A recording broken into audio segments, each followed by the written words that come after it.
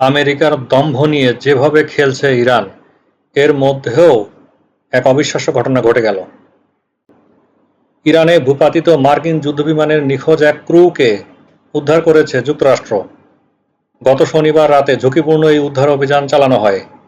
এই অভিযানে মার্কিন বাহিনীকে নিজেদের দুটি উড়োজাহাজ ধ্বংস করতে হয়েছে। অভিযান সময় মার্কিন কমান্ডোরা শত্রু দেশের বেশ ভেতরে ঢুকে পড়েছিল। অভিযানটি চালায় যুক্তরাষ্ট্রের স্পেশাল অপারেশন ফোর্সেস।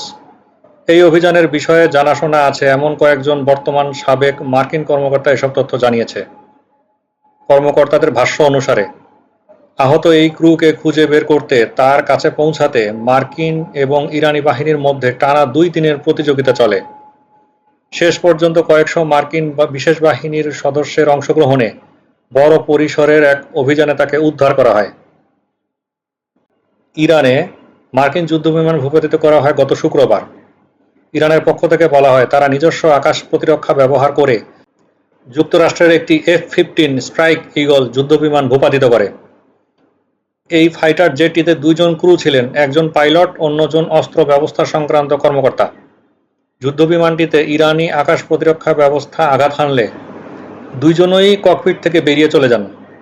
পাইলটকে দ্রুত উদ্ধার করে যুক্তরাষ্ট্র, কিন্তু অস্ত্র ব্যবস্থা সংক্রান্ত কর্মকর্তাকে খুঁজে পাওয়া যাচ্ছিল না। তাকে খুঁজে পেতে জরুরি ভিত্তিতে অভিযান শুরু করে মার্কিন বাহিনী।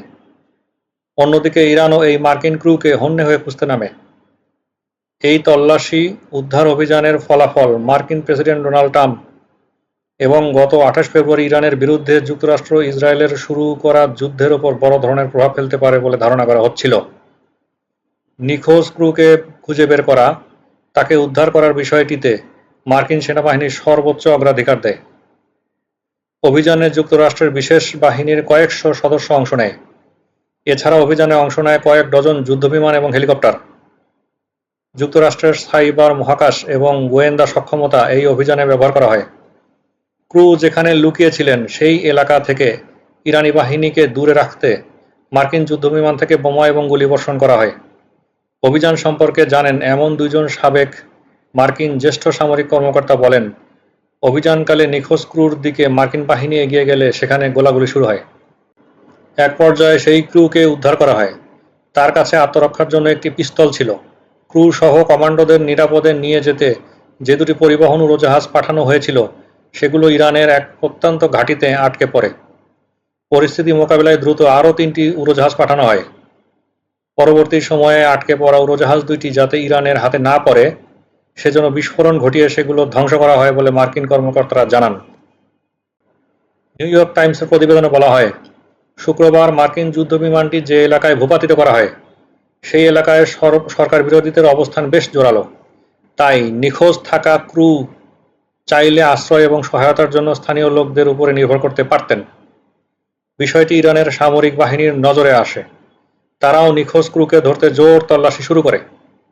সেই সঙ্গে তাকে খুঁজে পেতে ইরান সরকার স্থানীয় মানুষের সহায়তা চায়, পুরস্কার ঘোষণা করে। প্রিয় দর্শক, সাম্প্রতিক সময়ে বাংলাদেশে বেশ কিছু ছোট এবং মাঝারি আকারের ভূমিকম্প সংঘটিত হয়। এরপর থেকে ভূমিকম্প বিষয়ে সতর্কতা আবারও ভূমিকম্পের বিষয়ে এক্সপার্টদের রাডারে আসে। আমাদের ভবিষ্যতের ভবনগুলো অবশ্যই ভূমিকম্প সহনশীল হওয়া প্রয়োজন। ঢাকা মহানগরীর ইমারত বিধিমালা এবং বিএনবিসি কোডের আলোকে ভূমিকম্প সহনশীল ভবনের নকশা প্রস্তুতের জন্য ডেসক্রিপশন বক্সে দেখানো নাম্বারে যোগাযোগ করুন। প্রকৌশলী আহসান।